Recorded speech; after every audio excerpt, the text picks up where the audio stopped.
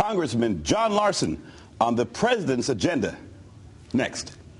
American girls and American guys will always stand up and salute. And the people who knock these buildings down will hear all of us soon. So we can sleep in peace. The United States has conducted an operation that killed Osama bin Laden, the leader of Al-Qaeda. Starting next month, we will be able to remove 10,000 of our troops from Afghanistan by the end of this year. And we will bring home a total of 33,000 troops by next summer. In the land of the free. Now this nation that I love is falling under attack. A mighty sucker punch came flying in from somewhere in the back.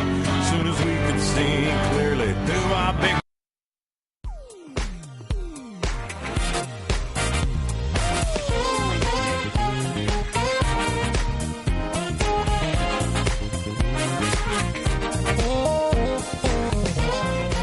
Welcome to the Stan Simpson Show, a program about Connecticut people and compelling issues. Make it a point to drop it every week. Well, the re-election is on the horizon in 2012 for President Obama. The report card is a sketchy one. There have been some noteworthy actions in foreign affairs, but domestically, America is in a historical economic slump, with unemployment hovering at 10% and rampant foreclosures. Congressman John Larson stops in for a visit to talk about the president's agenda and what the prospects are for Connecticut. Then we'll wrap things up with a talk about the job losses Connecticut faces because the deal between Governor Malloy and the unions imploded. Current Capitol Bureau Chief Chris Keating and union leader Matt O'Connor stop in for a visit. But first, a congressional visit. Always good to have you back, John Larson. Always good to be here, Stan. Good to see you. Good to see you. You're out and about now across the country talking about the president, his agenda, and what's going on. 3 wars. We'll start there first. When you are off record and you're out at the congressional bar having a congressional drink, what are you guys saying about these 3 wars? How do you get out of them? Well, first of all, let me commend the president on what was an extraordinary accomplishment and a bold move in the capture and killing of Osama bin Laden. I happened to be in Washington that evening and witnessed the outpouring, the spontaneous outpouring of so many people from all across Washington who gathered at the White House. Across the world, too. Across the world. And, you know, you have to give the president a great deal of credit, etc. But as you point out, a war on 3 fronts, winding down the war in Iraq. The president came forward the other day and talked about the beginning of him winding the war in Afghanistan.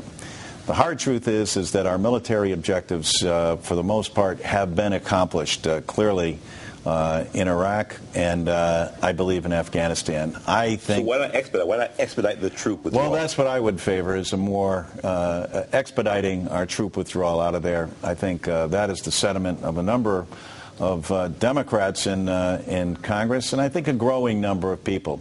The commander-in-chief has a different responsibility, and oftentimes that's juxtaposed with what the generals are saying.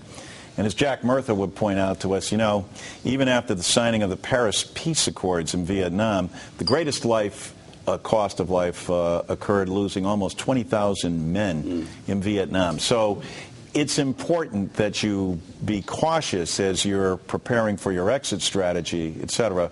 But we certainly believe, and I certainly believe, that we can expedite that drawdown. I think the president's being overly cautious in this area, and I think increasingly Congress will imply, and I think this is coming bipartisanly, as you begin to see a number of Republican candidates also talking about the need for us to draw down from Afghanistan and save the money that we are spending there. It does beg a larger question, Stan, and I think that question, we had a forum last night at the University of Hartford.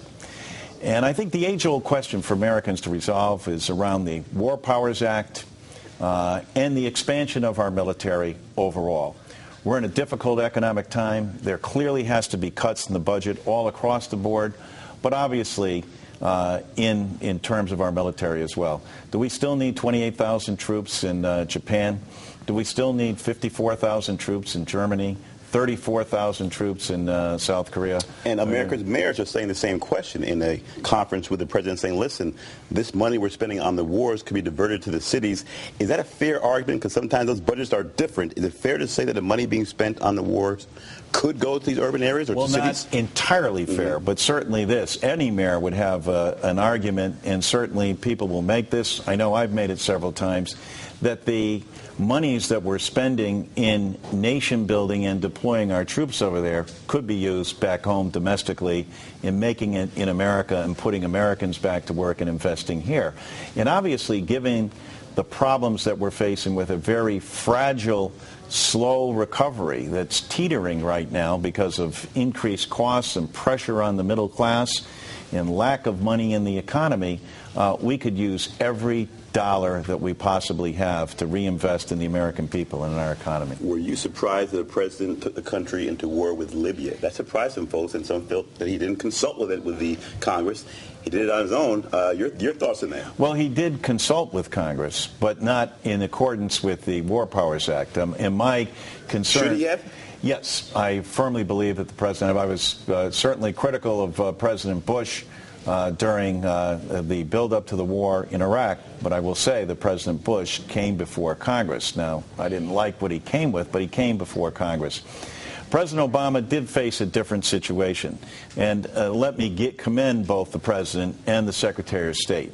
With Benghazi facing near annihilation, and with a bad actor like Gaddafi, who draws no sympathy across the globe from anyone.